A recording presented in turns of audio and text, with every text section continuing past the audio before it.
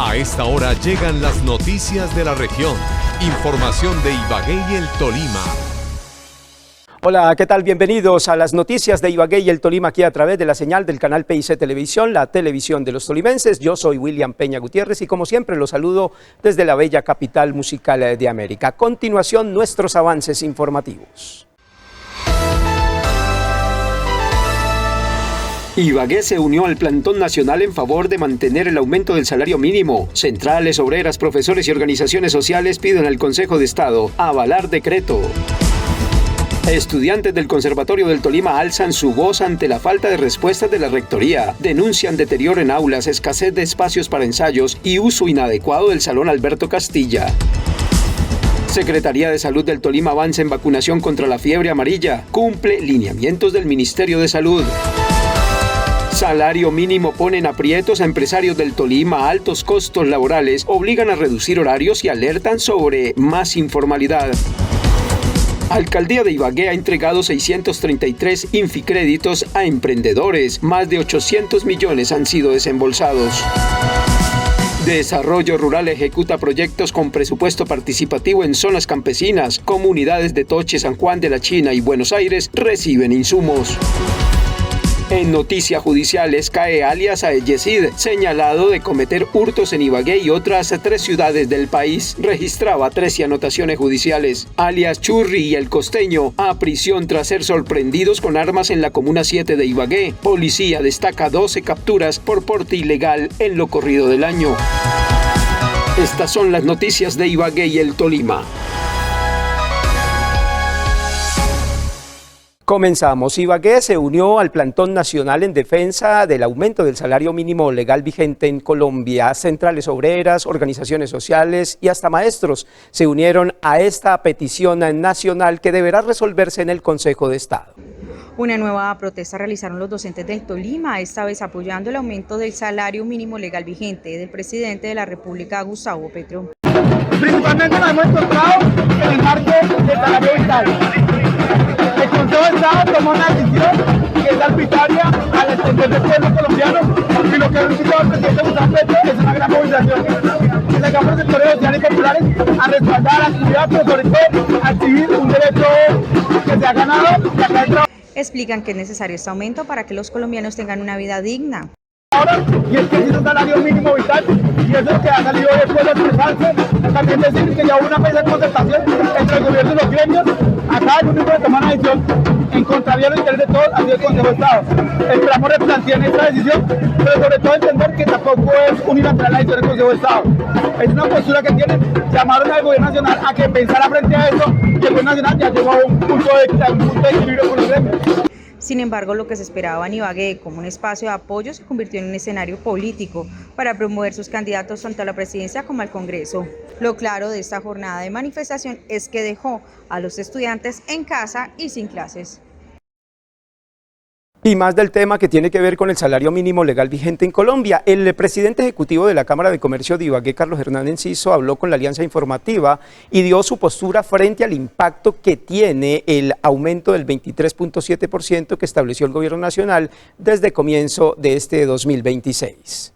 Aunque todavía no se tiene un diagnóstico claro por parte de la Cámara de Comercio de Ibagué sobre las implicaciones económicas y laborales que ha dejado el aumento del salario mínimo legal en este año 2026, lo que sí se tiene claro es que la mayoría han tomado medidas drásticas, así lo explicó el presidente Carlos Hernán Enciso. Bueno, está muy prematuro para hacer una medición del impacto del salario mínimo apenas con 3 quincenas pagadas en este año, pero lo que sí debo decir es que hemos recibido algunas manifestaciones, algunas empresas se han tenido que acomodar a la situación, otras han tenido que prescindir de algún tipo de personal, principalmente las micros, las pequeñas y las medianas empresas están en una situación de dificultad para mantener su operatividad con esta nueva realidad, porque como al subir tanto el salario mínimo, pues los salarios mínimos que tenían se les aumenta mucho en su presupuesto anual y eso lo complejiza un poco.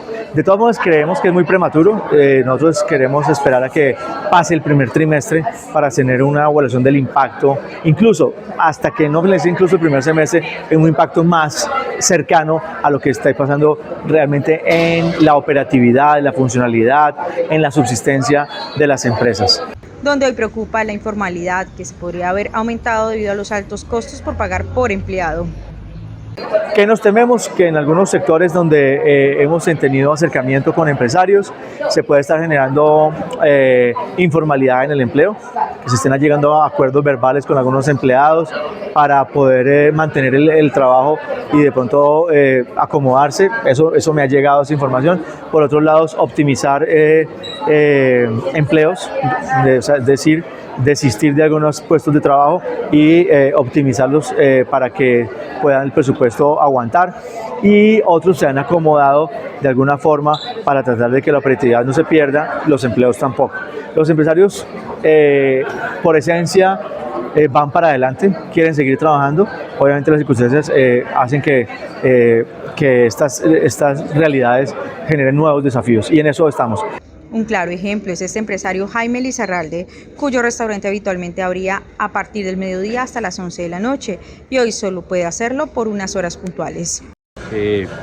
Puntualmente nosotros en el restaurante nos hemos visto en la necesidad de reducir las horas laborales debido obviamente al nuevo decreto. Nosotros teníamos servicio desde hace 9 años, ya casi 10, desde las 12 del mediodía, pero desde este año hemos tomado la decisión de tener servicio a partir de las 4 de la tarde. El personal llega a las 3 de la tarde y abrimos puertas a las 4. En estos días también nos tocó, hemos tenido siempre, los últimos años, la política o la idea de cerrar el día sin carro, porque es un día que nos perjudica al comercio enormemente. Entendemos la intención y la necesidad del tema ambiental, pero para el comercio es una fecha que no da resultado y es preferible dar ese día de descanso. Destaca que los altos costos por empleado no dan para tener el restaurante todo el día abierto, como era de costumbre. Cada día se aprieta más al empresario, cada día es más difícil laborar en este país, emprender. Cada día son más los impuestos, más las cargas, los servicios públicos completamente costosos, elevados. Entiendo que es una problemática nacional por la no explotación, por ejemplo, de gases en el país. Entonces, cada día se complica más el trabajar, el emprender, el ser legal. Y seguramente el resultado va a ser el cierre de muchos negocios, restaurantes, bares, discotecas, peluquerías, barberías, bueno, en fin, el comercio en general. Lo claro es que el salario mínimo legal, aunque sí se ve su aumento reflejado, también trajo alzas en insumos, transporte y costo de vida. La inflación es un claro ejemplo de la afectación que hoy enfrentan los empleadores en el Tolima. Y a propósito de manifestaciones, de protestas, los estudiantes del Conservatorio del Tolima siguen en pie de lucha contra las decisiones que se han tomado, al parecer erróneamente, por parte de las directivas, especialmente del rector. Han dicho que las aulas están deterioradas, que no hay sitios para ensayo y que ahora la sala Alberto Castilla, en vez de servir a los estudiantes, ha servido para un evento político. En entrevista con la Alianza Informativa, Laura Camila Rojas, estudiante del Conservatorio de Música del Tolima, dio a conocer sus inconformidades y la de sus compañeros por la falta de respuesta de la Rectoría frente a un pliego de peticiones. Con el fin de que el Conservatorio del Tolima nos garantice una educación pública digna y de calidad, porque hemos pasado, tanto el semestre pasado como lo que va de este semestre, por muchas inconformidades. Además de la falta de mantenimiento a algunas aulas de clase y la falta de espacios para realizar los ensayos de música y otras falencias. En los salones dañados o en los pasillos porque no hay salones, porque están inhabilitados, recibir clase en la cafetería, ¿sí? Digamos los estudiantes de... Asimismo, el uso de manera inadecuada del salón Alberto Castilla. Maestros en música no tienen dónde estudiar, dónde ensayar, entonces todos se reúnen en los pasillos y es una cosa tremenda la contaminación auditiva. Puntualizaron que lo que solicitan es poder llegar a acuerdos que se cumplan por parte del área administrativa. Cumpliendo los lineamientos del Ministerio de Salud, la Secretaría de Salud del Departamento del Tolima viene haciendo precisamente una convocatoria para aumentar la vacunación contra la fiebre amarilla en el departamento del Tolima. Lizeth Carrera nos tiene un informe a propósito. Bueno, pues un saludo muy especial para todos los televidentes oyentes de PIC Noticias y La Voz del Tolima, y continuamos acompañando a la Gobernación del Tolima precisamente con esas campañas que se adelantan desde la Secretaría de Salud y que tienen que ver con la vacunación de la fiebre amarilla. Recordemos que ya hay bastantes personas vacunadas, pero por directrices precisamente del Ministerio de Salud se está reforzando la vacuna en personas que trabajen en el sector de salud, también en las mujeres que se encuentren en estado de gestación y otras medidas que precisamente nos explican desde la Secretaría. Hoy con el equipo de vigilancia epidemiológica del departamento del Tolima hacemos el reporte de lo que sucede con fiebre amarilla. El día de ayer confirmamos un nuevo caso de fiebre amarilla y con ese llegamos a la cifra de 151 casos confirmados, 61 fallecimientos por la enfermedad, lo que genera una preocupación grande porque tenemos focos activos tanto en el oriente como en el sur del departamento. Estamos haciendo un llamado a los municipios de Chaparral, San Antonio, Ortega, Collaima, Planadas, para que afiren toda la vigilancia y tratar de identificar muy tempranamente los casos probables de fiebre amarilla. Hoy hemos hecho una reunión para todo el departamento, generando los nuevos lineamientos establecidos por el Instituto Nacional de Salud y por el Ministerio de Salud. Recordar que lo más importante es trabajar entre todos para que nuestra población esté vacunada. Si tenemos nosotros vacunada nuestra población, no tenemos el riesgo de la enfermedad y de la muerte por fiebre amarilla. Bueno, pues esta es la información y la invitación es a que las personas que se quieran vacunar pues se puedan acercar a los diferentes puntos. Esa es una vacuna que es gratuita y pues que también es muy importante para las personas que van a viajar a otros países, e incluso las personas que se encuentran fuera del Tolima se la deberían de aplicar 10 días antes de venir, precisamente porque el departamento es una zona donde hay alto contagio de esta enfermedad que es transmitida por un zancudo. Esta es la información.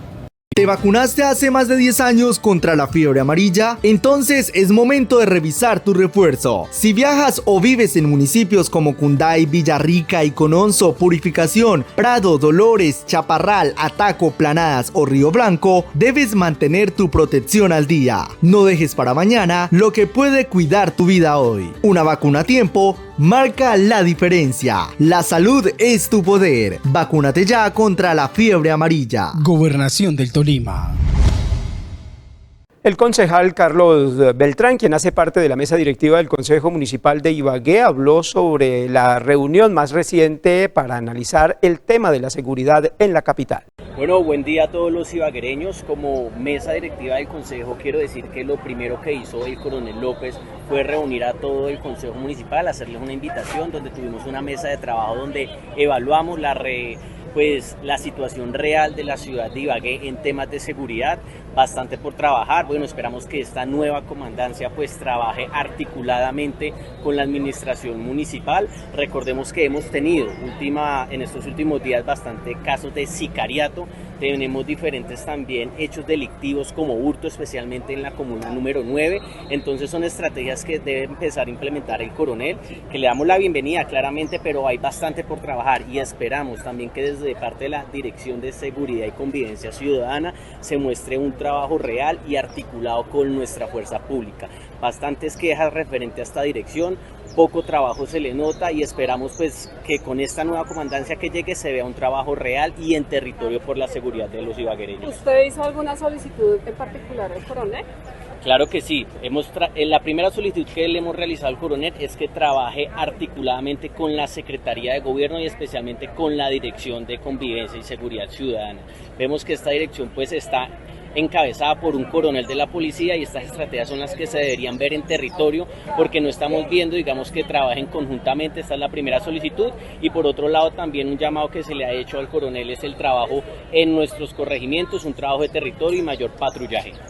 La alcaldesa del municipio de Ibagué, Joana Jimena Aranda, dio nueva alerta en temas climáticos. Ha dicho que el nuevo frente frío afectaría a la capital del departamento, el municipio en general, y que se deben preparar tanto ellos como los propios ciudadanos. Veníamos de hacer una revisión de las alertas que tenemos frente a la ola invernal. Yo quiero contarles que se viene un frente frío bastante complejo que ha afectado a muchos departamentos.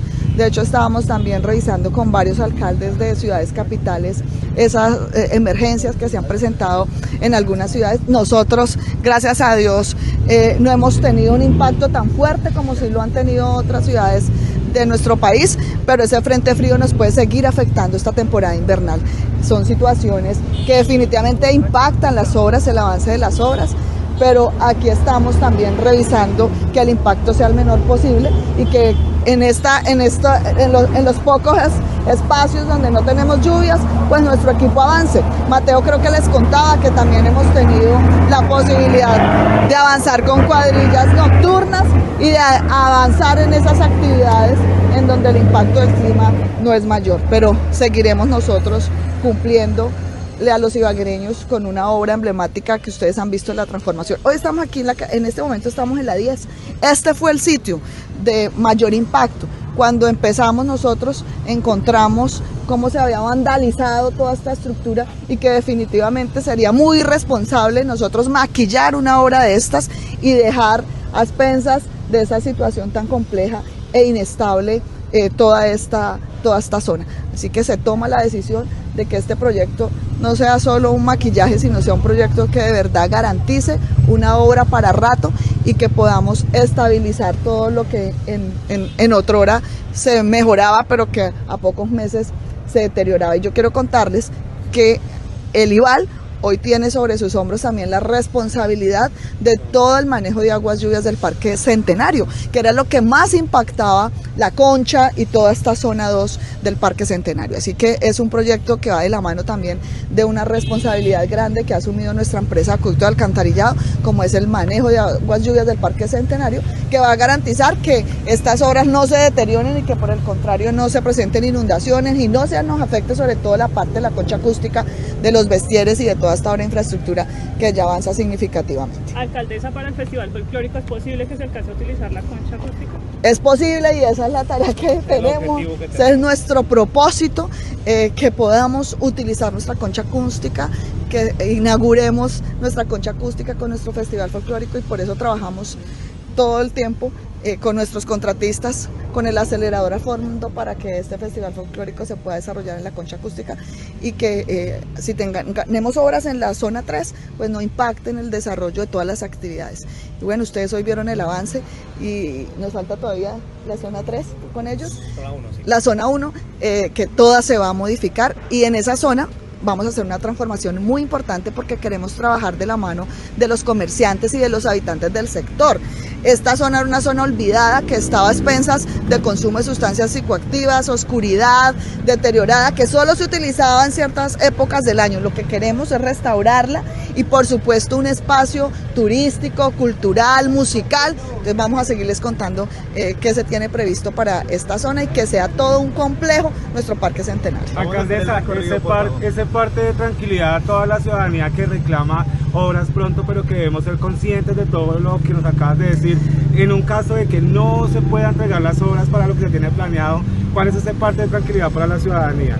No hemos parado, aquí no hay negligencia, aquí no hay flojera de los contratistas, aquí no hay negligencia de nuestro equipo ni de la interventoría. Por eso me parece muy importante que ustedes, nuestros amigos periodistas, y les agradezco, estén haciéndole seguimiento a la par nuestra del avance y que no sean los rumores ni la oposición la que esté generando todo este tipo de insatisfacción en la comunidad, sino que la comunidad vea el avance de estas obras y sean ustedes mismos los veedores de todos estos proyectos que están transformando sitios emblemáticos como este. Los invito a que sigamos el recorrido para que conozcamos lo que será la zona 3 del Parque Centenario. Continuamos con más noticias, hechos informativos destacados de esta jornada. A continuación, uno de estos informes que precisamente han hecho parte de la agenda informativa de este jueves. Como Gildardo Ramos fue identificada la persona que perdió la vida en la mañana de hoy en Balabar, municipio de Venadillo, luego de la camioneta en que se movilizaba se saliera de la vía. A pesar de la ayuda de los vecinos del sector, nada lograron hacer por salvar la vida a don Gildardo, una persona reconocida en el sector, esposo de una docente. Paz en su tumba. Es la información de último minuto, aquí en la Alianza Informativa PIC Voz del Tolima.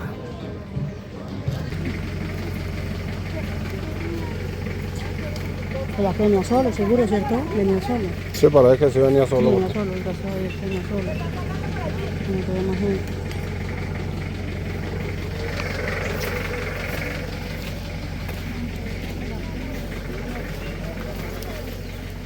¿Pensaba que se partiría algo? No, porque me mueve. Ah.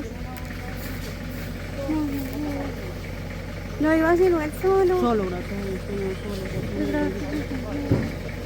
Desde la Alcaldía Municipal de Ibagué se ha dado a conocer que por lo menos 800 millones de pesos han sido prestados a pequeños empresarios a través de un programa que ha venido actualizando la administración. José Pineda, comandante de los agentes de movilidad de Ibagué, entregó algunas recomendaciones a los conductores de todo tipo de vehículos para que cumplan con las normas, en especial tener la documentación al día. Que cumplan con el tema de la documentación. Están haciendo un tema de parqueo sobre la carrera quinta, décima, se vienen trabajando con el tema de piques ilegales.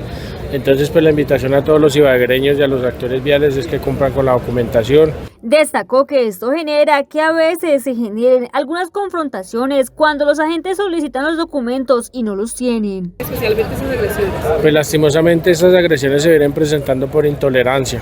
Lamentablemente los ciudadanos no han tomado esa conciencia que lastimosamente no solo nosotros como autoridad de tránsito, sino cualquier autoridad que lo requiera en el momento de que se haga un llamado de atención, ya sea por un comparendo, por seguridad ciudadana o en este momento pues con otros de tránsito, pues estamos en un tema correctivo. Mencionó que el ejemplo más cercano es donde se generaron algunas agresiones a los agentes. Fue el día sin carro y sin moto, donde se había anunciado la semana antes la medida.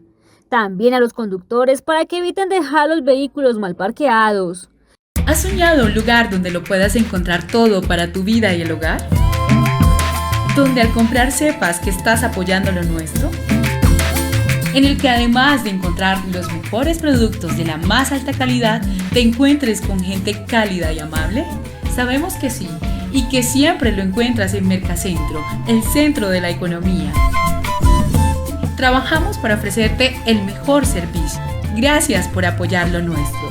Mercacentro es de todos, es de aquí. Campesinos de la capital del departamento del Tolima vienen trabajando de la mano con la administración local a través de proyectos financiados de manera participativa. Aquí les contamos cómo es el trabajo que se viene realizando y sobre todo en qué corregimientos. Cristian Ávila, secretario de Desarrollo Rural de Ibagué, entregó los detalles de los proyectos comunitarios con presupuesto participativo.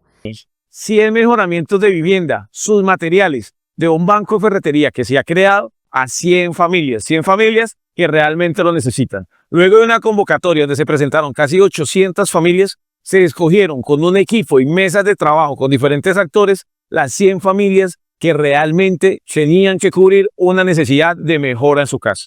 Entre los beneficiarios se encuentran los sectores como Toche, San Juan de la China y Buenos Aires, donde se entregaron insumos que facilitarán las labores agrícolas, ambientales y de mantenimiento rural. Materiales de calidad, adicional, ellos van a colocar la mano de obra de manera conjunta, estableciendo un diseño que ya está creado también por nuestra administración y donde nosotros vamos a hacer un seguimiento. Para cada sector se entregaron herramientas específicas solicitadas por las comunidades. Fuerte crisis invernal en el municipio de Chaparral ha llevado a la administración local a declarar la calamidad pública para poder atender las emergencias. Yadi Campo nos informa. Cordial saludo. Esta es la información desde el sur del Tolima. Se declara calamidad pública por la temporada de altas lluvias en el municipio de Chaparral, situación que ha dejado por lo menos 7 veredas afectadas y 100 familias golpeadas por la pérdida de cultivos. De acuerdo con las autoridades locales en el municipio de Chaparral, ya son por lo menos 5 las viviendas que han sido afectadas estructuralmente por deslizamientos y fuertes precipitaciones que han caído sobre esta región del sur del Tolima. Jonathan Perdomo, secretario de Desarrollo Rural y Gestión del Riesgo del municipio, habla de las emergencias que se han presentado en la zona urbana y rural de la localidad. En su momento es para informar que el municipio de Chaparral entra en calamidad pública por ola invernal, esto a raíz de las últimas lluvias que ha venido padeciendo Chaparral en la zona urbana y rural. Más de 7 veredas afectadas, 100 familias en su momento con situaciones difíciles por pérdida de cultivos, afectaciones de vivienda y 5 viviendas que por deslizamiento fueron arrastradas. En el corregimiento de Limón fueron afectadas 6 veredas y en estos momentos pues estamos haciendo acompañamientos. Y en los diferentes corregimientos como Amoyá, La Marina, Las Hermosas, Calarma, se han presentado pero pues han sido más graduales. En estos momentos necesitamos llegar y generar de una vez una forma de impacto social para que el gobierno nacional y departamental nos brinde ese apoyo. Afortunadamente el municipio de Chaparral no ha generado pérdidas humanas. Esto significa de que a pesar de esta fuerte ola invernal, el municipio no ha tenido hechos que lamentar frente a la pérdida de vidas, pero pues por lo general el tema que más marca en estos momentos son pérdidas de cultivos y esto estamos haciendo también el acompañamiento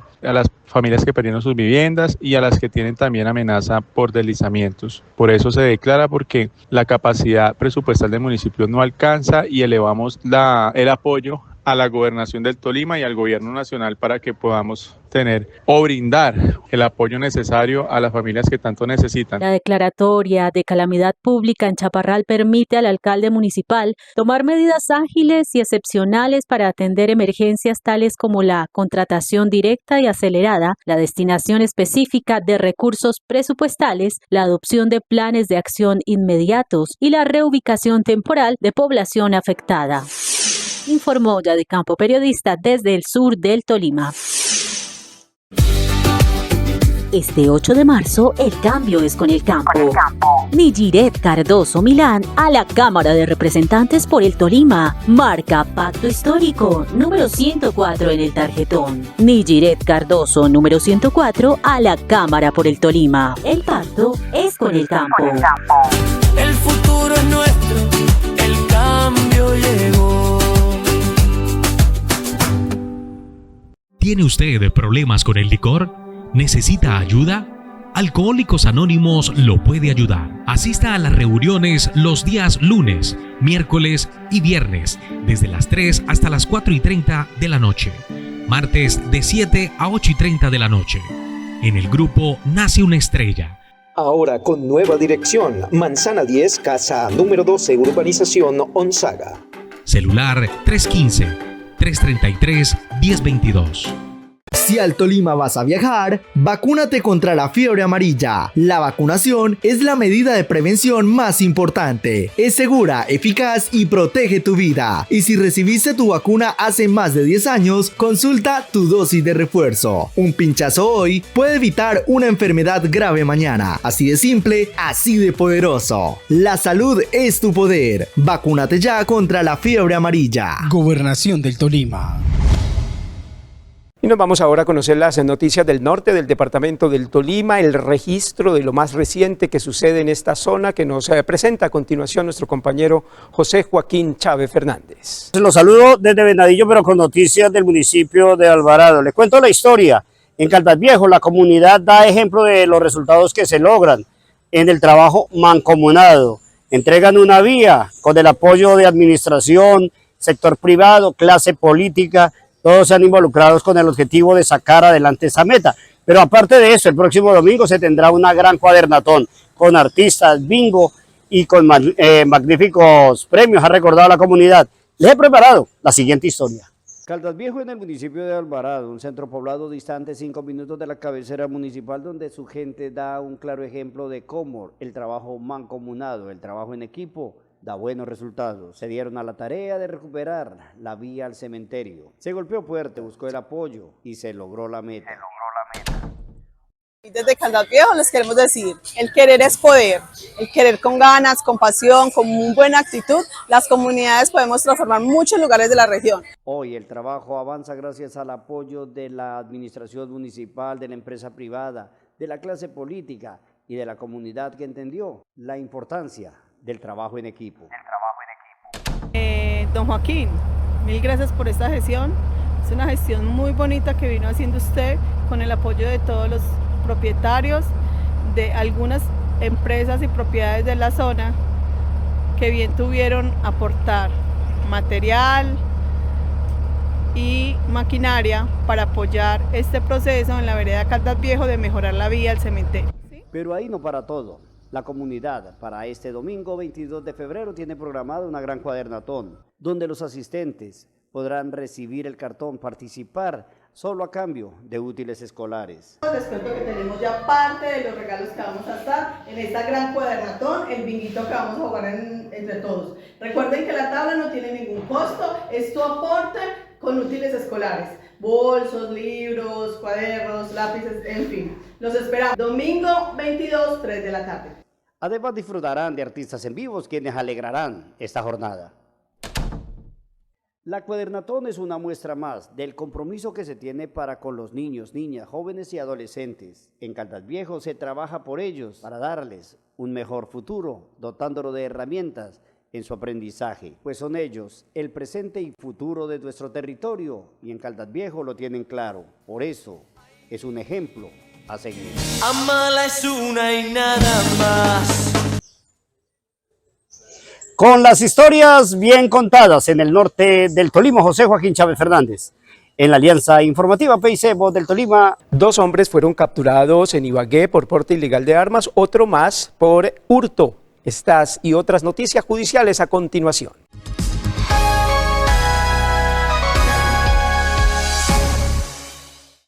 Y en hechos judiciales, cae alias Yesid, responsable de hurto con arma de fuego. Tras 4 meses de investigación, la Policía Nacional capturó a Yesid Ferney Vargas Rojas. Él precisamente es un actor delincuencial que registra 13 anotaciones judiciales y es señalado de cometer hurtos a personas y comercio en Ibagué y otras ciudades del país. Asimismo, se logró la captura de alias Churri el Costeño, quienes fueron enviados a prisión luego de ser sorprendidos con armas de fuego. Precisamente la acción de la policía logró la captura de estos sujetos. Asimismo, es de resaltar que este año se ha logrado precisamente la ofensiva contra el homicidio, la captura de 12 personas. La Policía Nacional de los Colombianos logró la captura de 2 delincuentes en el barrio El Salado de la ciudad de Ibagué. Eran 2 personas que se estaban movilizando en una motocicleta de manera sospechosa. Afortunadamente, la ciudadanía, al percatarse de la presencia de estas 2 personas, se comunicó con la línea de emergencia 123, lo que permitió que las zonas de atención ubicaran a estas personas. Al momento de realizarle el registro a personas, se logró ubicar 2 armas de fuego que portaban estas personas, un revólver y una pistola sin salvoconductos. En ese momento del procedimiento, la ciudadanía molesta porque conocía a estos delincuentes, reaccionó generando la incineración de la motocicleta en la cual se movilizaba. Posteriormente, al adelantar el experticio técnico a la motocicleta, nuestros técnicos de automotores lograron identificar a través de los números que este vehículo había sido hurtado en el mes de enero del presente año en la ciudad de Ibagué. Los 2 capturados son identificados y responden a los alias de Churri y alias El Costeño. En el caso alias Churri, un joven de 20 años de edad tiene 2 anotaciones por porte ilegal de armas de fuego. Y hay un tema importante que hay que destacar. Esta persona había sido capturada el 25 de junio del año pasado y lamentablemente fue dejado en libertad el 23 de diciembre del año inmediatamente anterior por vencimiento de términos. Es un tema que venimos trabajando de la mano con la Fiscalía General de la Nación para evitar que estas personas tengan libertad y sigan delinquiendo como pues obviamente se pudo evidenciar en este caso. Adicionalmente también se logró identificar alias El Costeño, el cual tiene 3 anotaciones, 2 por tráfico de estupefacientes y 1 por porte ilegal de armas de fuego.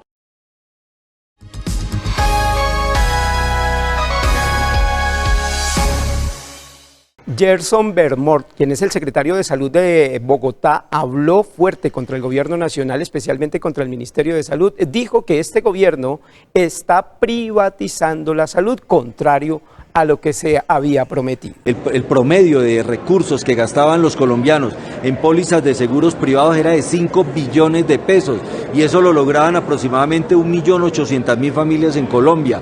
Hoy el gasto es de 15 billones de pesos en pólizas privadas, lo que quiere decir que ya casi hay 4 millones de familias que están con servicios privados. A todos ustedes ya les están ofreciendo los tales servicios complementarios. Si usted paga una platica, yo le atiendo en una cama unitaria. Si usted me da más platica, a usted lo atienden los especialistas de mejor manera. Si usted compra una póliza mayor, usted tiene servicios de esto y esto. Hoy se está privatizando parte de la salud. Este gobierno del cambio logró lo impensable, privatizar la salud, y eso es lo que estamos viendo. Y el gasto de bolsillo, la gente que no tiene cómo comprar esas pólizas, se les ha aumentado en un 9% el gasto de bolsillo. Esto es indolente lo que está sucediendo en el sistema de salud. A estas declaraciones le salió el paso el propio ministro de Salud en Colombia, Guillermo Alfonso Jaramillo, y ex secretario de Salud también del distrito en Bogotá. Dijo que este es el gobierno que mayores inversiones ha hecho en materia hospitalaria. En las cifras que hay, en donde no ha habido un gobierno que haya invertido mucho más que este gobierno en materia de salud. Inclusive en los recursos de las EPS, que desafortunadamente pues se les paga por anticipado y que no están cumpliendo algunas de ellas las funciones que deberían de tener. La mortalidad infantil. Mire la reducción que ha habido en este gobierno. No solamente estamos hablando del número de niños, sino que estamos hablando de la tasa, que demuestra con mucha claridad. Tuve la oportunidad de estar en Comaribo, por ejemplo. Pocas personas van por allá y encontré que todos los niños que estaban hospitalizados, todos los que estaban hospitalizados, habían 23 niños hospitalizados, todos eran indígenas y todos estaban desnutridos. Eso no sale, ¿no? Eso no aparece en la televisión, ni en la radio, ni nada, ¿no? Para mencionar un caso. Vea usted, presidente, como podemos verlo acá, cómo ha habido sustancialmente una disminución de esa muerte por desnutrición. Eso no pasa, ¿no? Eso no lo miran, ¿no es cierto? Pero este es el trabajo que se está haciendo y mire la forma como hemos logrado reducir sustancialmente una muerte que no debería existir en Colombia, que es la muerte por desnutrición. Del río al páramo, descubre el norte del Tolima, una región donde cada kilómetro es un cambio de paisaje, de clima y de historia, un viaje que conecta el calor del Magdalena con la frescura de las montañas. Visita Ibagué, la capital musical de Colombia, una ciudad que vibra con cultura, naturaleza y tradición. Desde aquí puedes explorar la riqueza del norte del departamento. En Lérida, sus paisajes, cultivos y fincas son escenarios perfectos para que conectes con la tierra y sus saberes. El café de altura es el alma del paisaje del Líbano, un destino que huele a tradición y montaña, ideal para ti, que buscas descanso, cultura y naturaleza. Más arriba, en Murillo, el frío abriga la belleza. Este municipio entre montañas es un refugio natural de paisajes imponentes, senderos ecológicos, cascadas, miradores y arquitectura colorida que invita a caminar sin prisa. Y en Honda, la historia navega por el río Magdalena, un destino patrimonial donde las calles empedradas, los balcones coloniales y la gastronomía local te reciben con calidez. Este recorrido es posible gracias a vías que conectan, cuidan y transforman. Porque detrás de cada destino hay una comunidad que sueña, una naturaleza que inspira y una concesión que cree en el desarrollo con sentido. Concesionaria Alternativas Viales SAS, movilizando progreso. Deportes Tolima debuta en Copa Libertadores enfrentando a Deportivo Táchira en Venezuela. Estos y otros hechos del deporte a continuación con Óscar Julián Morales Sandoval. Deportes en PIC Noticias. Finaliza la cuarta etapa del UAE Tour 2026 tras una jornada de 182 kilómetros que se disputaron este jueves 19 de febrero. La victoria se la quedó el ciclista italiano Jonathan Milán, quien se impuso por delante en el sprint final de Ethan Vernon y Mateo Milán. El colombiano Harold Tejada continúa tercero en la clasificación general a tan solo un minuto del líder italiano Antonio Tiberi.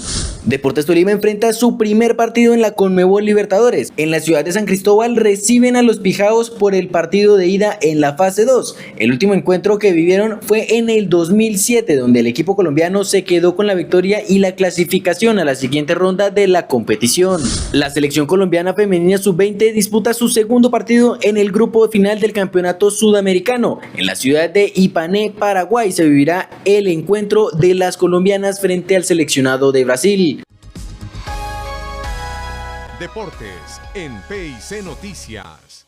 En su correría por Colombia, el ex senador y hoy aspirante al Senado, Jorge Enrique Robledo, estuvo en la mesa de trabajo de la Alianza Informativa hablando en nuestro tema central.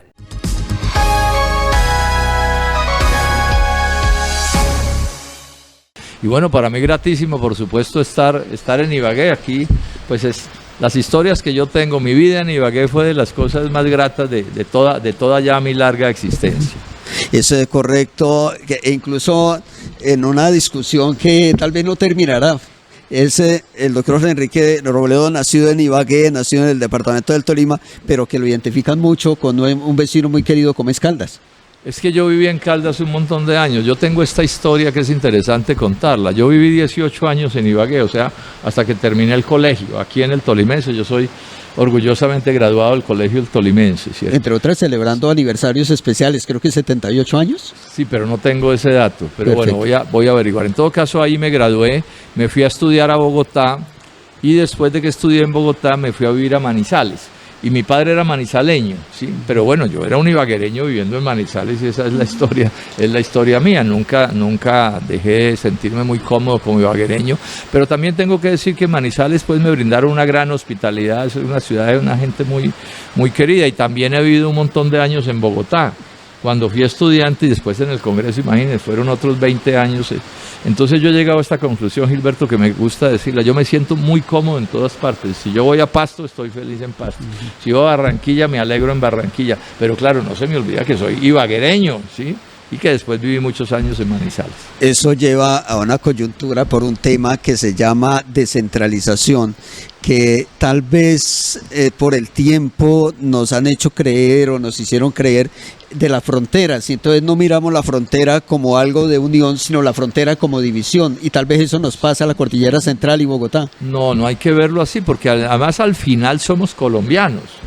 O sea, yo soy ibaguereño, ¿cierto? Y puedo ser manizaleño en la medida en que lo que expliqué, pero también por sobre todo soy colombiano. Entonces, esos pleitos regionales, hace muchos años eso podía ser o explicarse, pero yo creo que eso cada vez carece menos de sentido. Es como las peleas entre los equipos de fútbol, que hay que volverlas es un chiste y tomadera de pelo y reírse uno, pues hablando de las diferencias y este tipo de cosas, porque finalmente somos colombianos y eso es la parte clave de nuestra esencia. Y la gracia de los colombianos es que es la suma de un montón de características que pueden tener sus diferencias, pero esa es nuestra riqueza, ¿no?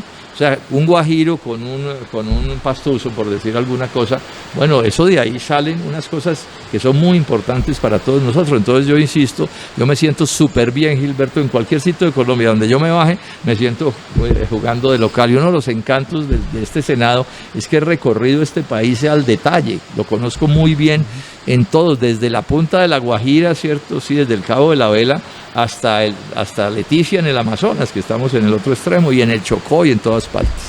Correcto, lo conoce también que además de ese largo recorrido como senador de la República, pues ya fue candidato presidencial.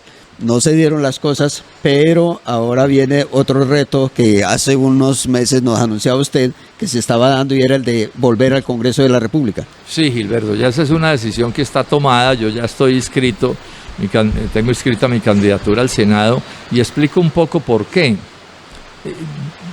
Cuando se hace la candidatura mía a la presidencia, no era posible inscribirse también como senador, eso la ley no lo permite. Entonces, pues yo a conciencia dije, bueno, pues hasta aquí llegué en el Senado, ya 20 años pues es harto tiempo, ¿no?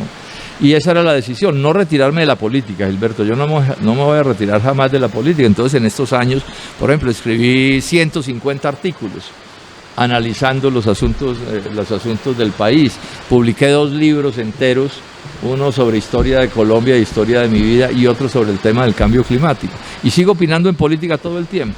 Entonces se empieza a acercar las elecciones y empiezan mis amigos a decirme, oiga, Jorge Enrique, le va a tocar volver al Senado, porque ese Senado está funcionando muy mal. Y es verdad, Petro ha avasallado al Senado, al Poder Legislativo, y ha avasallado en proporciones grandes también al Poder Ejecutivo, una visión autoritaria de las cosas. Yo mando aquí, hago lo que se me da la gana. Entonces, ante ese hecho cierto y ver que el Senado se desmejoró, digámoslo así, en estos años, entonces me sentí con la obligación de volver al Senado, aportar otra vez allí mi granito de arena a que eso funcione de la mejor manera. Ahora, cuando digo que está funcionando muy mal, no digo que es en todos los casos, no digo eso, pero es evidente que ahí sí se consolidó una fuerza grande de gente sumisa a Petro, a lo que sea, le aplauden hasta las cosas más absurdas, han dificultado el uso de la palabra, los debates que eran tan importantes, ustedes estarán de acuerdo conmigo que prácticamente desaparecieron. Entonces yo quiero volver a reanimar el Congreso, además porque no hay democracia sin poder legislativo.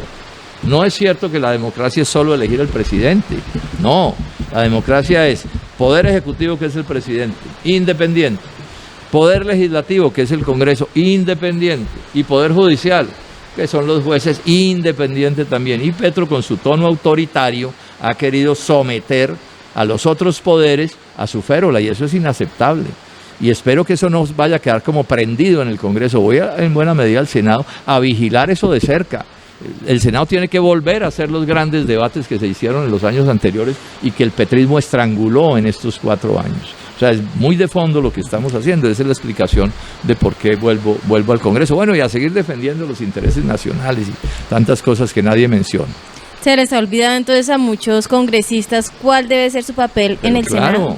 O sea, no hay cosa más grotesca que un congresista arrodillado a un presidente. Es que eso es antinatural, eso no es lo que dicen las normas. Ahora, puede haber respaldos, yo no digo que no, ¿cierto? Pero entonces cuando aquí aparece un presidente con bolsillados de plata, cargos, contratos, de todo, además le pega una sobadita de corrupción también grandecita, y entonces cuadra un poco de congresistas que actúan casi que como micos detrás del presidente, y todo lo que diga es maravilloso, ese es un genio, por fin llegó Superman a la jefatura del Estado. No, pero ¿qué democracia es eso? No, el poder legislativo debe ser otro poder. En ese sentido, doctor Jorge Enrique Robledo, y usted que es un hombre de Estado, porque lo conoce muy bien, porque lo ha trabajado, porque ha ayudado a construir, pero también ha mostrado las fallas y deficiencias que se presentan, ¿qué pensar justamente de ese político colombiano y de una circunstancia como la que hoy vivimos en ese trabajo de Jorge Enrique Robledo liderando unas luchas, pero cuando también algunos se han bajado de esa lucha al lado de Jorge Enrique Robledo y han dicho, no es por ahí el camino? Cada uno piensa, Gilberto, lo que quiera, yo en eso soy respetuoso, pero yo creo que los que se alejan de puntos de vista como el mío, pues se equivocan, ¿cierto? Y si se meten en la lógica clientelista, politiquera, de los contratos, de que los votos los consiguen con plata, pues están renunciando a todo y van a fracasar, van a terminar fracasando. Miren lo que es ser coherente y ser consecuente. Yo llego al Congreso con 40.000 votos, casi no llego al Senado, y la primera vez que me lancé al Senado no salí. Llego al Senado con 40.000 votos, y ojo con este dato, cada 4 años después, y me elegí 5 veces por todas, aumenté la votación. Eso es un fenómeno en política, porque en política lo normal es que se sube como palma y se baja como coco. Bueno, yo subí, todas las veces subí, hasta llegar a 230.000 votos. ¿Pero por qué? Porque bueno, yo no llegué a hacer politiquería ya, ni vivezas, ni cosas de esas, ni corruptelas, ni nada, sino que llegué a trabajar. Y eso lo saluda el electorado, ¿cierto? Porque el país fue capaz de entender que en mi caso y en otros casos, yo no voy a decir que yo soy Superman único en el mundo tampoco, ¿cierto?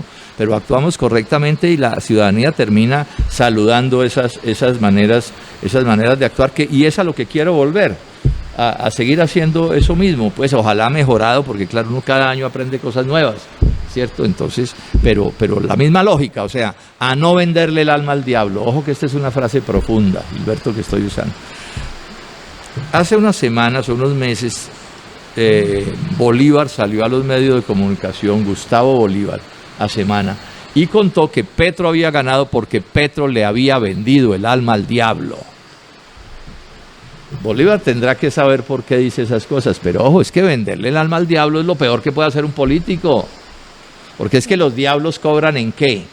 Hay que pagarles en corrupción, en desvergüenzas, en decisiones equivocadas. ¿Es así como funciona el asunto o qué? Sí, claro. O es que entonces que llegan, no, se la vende, y en eso Petro se fue hasta la cintura, al pantano de ese tipo de cosas. Miren ustedes con detalle, no digo que en todos los casos, pero miren cuántos escándalos llevamos de corrupción en este gobierno. Es que esto es bochornoso. Es más, empieza con el hijo del presidente Petro en la campaña electoral. Eso lo que pasa es que han querido taparlo. Lo que hubo, lo que castigó el Consejo Nacional Electoral en las filas del petrismo para ganar las elecciones fue corrupción. Eso se llama así, corrupción, violar la Constitución y la ley. Ahí está empapelado Roa, ya acusado formalmente por la Fiscalía por corrupción, y eso le puede dar cárcel. Y está empapelado también Roa, que es otra ñaña de Petro, por los amigotes con los que están haciendo los negocios de Ecopetrol. Allá hay un tipo, un petrolero importante, metido en este mismo enredo, pues, o paralelo, ¿sí?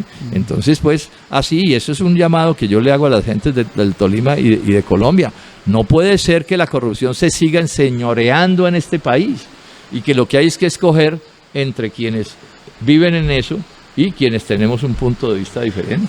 Doctor Jorge Enrique Robledo, hoy usted es candidato al Senado de la República, lo decía hace un momento, ha decidido volver precisamente a la corporación. Hablemos precisamente de ese aval que tiene y de los aspectos que, además de los que nos ha comentado, tiene como bandera para llegar al Senado de la República. Bueno, contemos entonces qué fue lo que constituimos. Hicimos una alianza, un acuerdo entre tres fuerzas políticas colombianas, que son el partido político Mira, el Nuevo Liberalismo y Dignidad y Compromiso, que es el partido del cual yo hago parte, y hace parte Sergio Fajardo, ¿sí? Entonces esa fue la coalición que montamos. Tenemos una lista unificada de Senado, y en muchos departamentos tenemos listas unificadas de Cámara de Representantes, en algunos no, pero en general la idea es que nos unificáramos.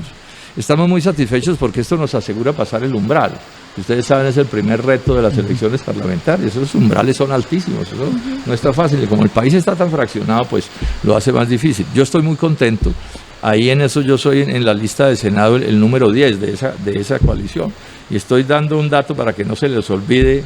Ay, ¿cuál será el voto del doctor Robledo? No, ya les voy a dar el secreto, que es recordarse a una parte grande de los mejores futbolistas del mundo que jugaron con el número 10. Entonces ya no hay disculpa para que se les olvidó. Bueno, ¿y qué quiero volver a hacer al Congreso, Gilberto? Fundamentalmente quiero volver a hacer lo mismo que hice en todos estos años, pero claro, ajustado a las realidades. No es lo mismo ahora que hace 20 años una situación que otra situación, pero voy a lo mismo, que es a trabajar como servidor público. Si ustedes me preguntan a mí, bueno, usted en general, ¿qué es lo que hace en su vida? ¿Usted qué es lo que es? Yo digo, yo soy un servidor público. Fue una decisión que tomé en 1991, hace 53 años. O sea, hago política como servidor público. O sea, yo no llegué a la política a enriquecerme con la política, a hacer negocios con la política, a que me pusieran medallitas con la política. Aquí hubo un candidato a la presidencia que de niño se subía en el escritorio del abuelo, que era presidente de la República, a gritar que él iba a ser presidente. Yo ese curso no lo hice, ¿cierto? Si yo fui candidato a la presidencia fue porque la vida me puso ahí, pero ese tipo de obsesiones no las tengo. Entonces vengo a cumplir en todo, Gilberto. Vengo a cumplir en mi lucha anticorrupción, a seguir con eso, a defender el agro y la industria. Miren la crisis agraria. Le van a acabar con el arroz a los tolimenses de aquí al 2030. Muchos riesgos en ese sentido, es muy peligroso lo que está pasando. Miren la crisis de la caña en el Valle del Cauca, el país no lo inundaron de alcohol carburante gringo que llega súper subsidiado. O sea que hay muchas cosas que defender, la educación, la salud, sí, el verdadero progreso de Colombia, bueno, tantas cosas. Y entonces yo llego a jugar en todo eso. Recordemos que yo me muevo en muchos terrenos, ¿no? Estos 2 últimos años publiqué 2 libros más, yo con eso he publicado 17 libros. Ayer envié un trino con 150 artículos de mis últimos 4 años. Entonces, pues yo estaré atento a todo, ¿sí? No me especializo. Siempre con una idea, servirle a Colombia, ser honrado, De lo que no sé, Gilberto, no hablo, yo no actúo como payaso. Y hay muchas cosas que yo no entiendo, ¿sí? O no entiendo a la perfección, entonces, o las estudio y después hablo, o no hablo, si no me alcanza el tiempo para estudiarlas. O sea, hacer las cosas bien, que no es tan difícil hacer. Un tarjetón como el que van a encontrar los electores, sin duda, no es nada fácil. ¿Cómo, o qué pedagogía, o cómo lo pueden ubicar a usted allí en el tarjetón? Bueno, digamos, aquí yo creo que en este periódico hay alguna cosa que nos puede dar una idea. A uno cuando llega a votar le dan 2 tarjetones. Uno es el de Senado y otro es el de Cámara, que son cosas diferentes, ¿cierto? Bueno, son grandes. Y ahí está eso partido en casillas, hay 2 hileras de casillas, eso de tener como unas 12 casillas, ¿cierto? ¿Sí? Con los nombres de las organizaciones, es un poco esto que aparece aquí. Mira. Es esto, fíjense que aquí hay varios partidos, ¿sí? Y aquí también. Y uno de esos es Mira, Dignidad y Compromiso y Nuevo Liberalismo. Entonces, en el Senado se localiza esta figura, dentro de todas estas otras, el tarjetón es más grande, ¿cierto? Y se marca el número 10. Uno cuando, a mí me pasa, me imagino que a ustedes también, que uno entra, así sea uno veterano, uno entra al cubículo y como que se pone nervioso, ¿no? ¿Cierto? Bueno, no hay que ponerse nervioso, eso no tiene misterio y uno se puede demorar lo que quiera, ¿cierto? Y buscar las cosas, entonces, en este caso, buscar este logo, bueno, que es este mismo, que hay aquí, el 10. Y el número 10. Y en Cámara, pues es parecido, ¿sí? Es parecido. Se hace, y en este caso hay que buscar el número 101, que es Wilson Cediel, que es médico, amigo mío de toda la vida, luchador de esta misma causa, una persona honrada a toda prueba, y estamos haciendo equipo con él en el departamento del Tolima. Bueno, pues ahí queda. Próximamente seguramente lo tendremos ya para hablar de Presidencia de la República, porque pues ahí está ese trabajo con el profesor Sergio Fajardo. Permítame, Gilberto, yo hago un comentario mínimo. ¿Por qué la importancia de Sergio Fajardo? Porque las otras candidaturas terminan siendo las de los mismos con las mismas que han gobernado a Colombia. A mí alguien me dijo un día, ole Jorge Enrique, también que iba a Colombia y Petro se la está tirando. Entonces yo le dije que se la está tirando es cierto, pues o le está haciendo más daños, pero no me diga que antes Colombia iba bien.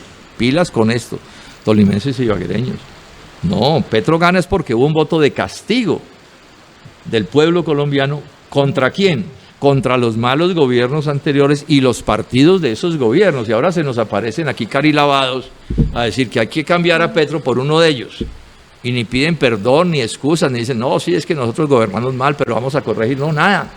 Hay que aplaudirlos, como si hubieran gobernado como genios. No, no es cierto.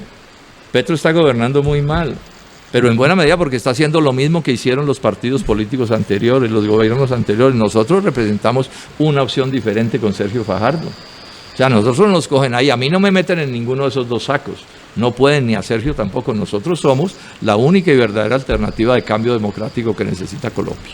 Pues doctor Jorge Enrique Robledo, ex senador de la República, candidato al Senado de la República, gracias por acompañarnos, por compartir estos minutos y desde luego atentos a lo que suceda primero el 8 de marzo y luego vendrá el 31 de mayo, primera vuelta presidencial. A ustedes mil gracias por la hospitalidad, muy grato compartir nuevamente, Gilberto, con ustedes, con su mesa de trabajo, y por supuesto una invitación muy cordial a los tolimenses y a los ibaguereños a que nos acompañen en este esfuerzo. Es un esfuerzo democrático, honrado, para hacer las cosas bien hechas. Esa es mi invitación más cordial ya para despedirnos. Muchas gracias.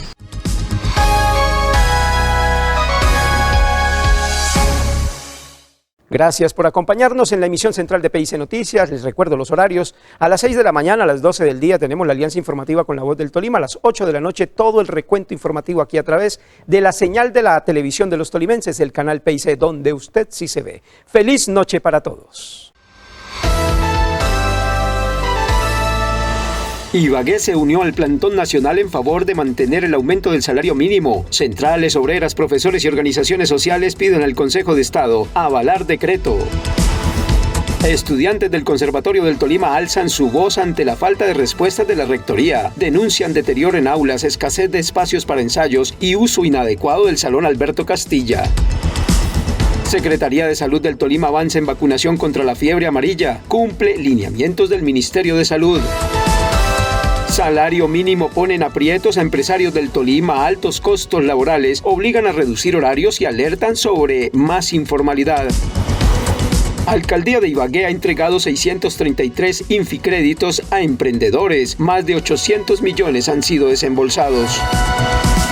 Desarrollo Rural ejecuta proyectos con presupuesto participativo en zonas campesinas. Comunidades de Toche, San Juan de la China y Buenos Aires reciben insumos. En noticias judiciales cae alias a Yesid, señalado de cometer hurtos en Ibagué y otras 3 ciudades del país. Registraba 13 anotaciones judiciales. Alias Churri y el Costeño a prisión tras ser sorprendidos con armas en la Comuna 7 de Ibagué. Policía destaca 12 capturas por porte ilegal en lo corrido del año. Estas son las noticias de Ibagué y el Tolima.